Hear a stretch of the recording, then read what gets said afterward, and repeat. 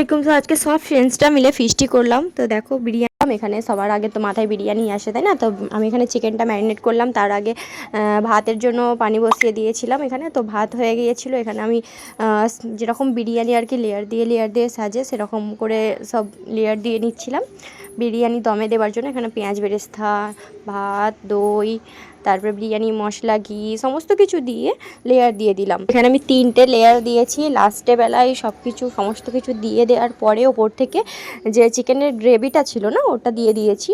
তো তারপরে এখানে সব কিছু আমাদের কমপ্লিট হয়ে গেছে। এটা এবারে দমে বসিয়ে দেওয়ার পালা। আর বিরিয়ানিটা ঠিকঠাক হয়েছে কি একটু জানিও। আমি আমার প্রসেসে করেছি, মানে আমি যেভাবে বানাই।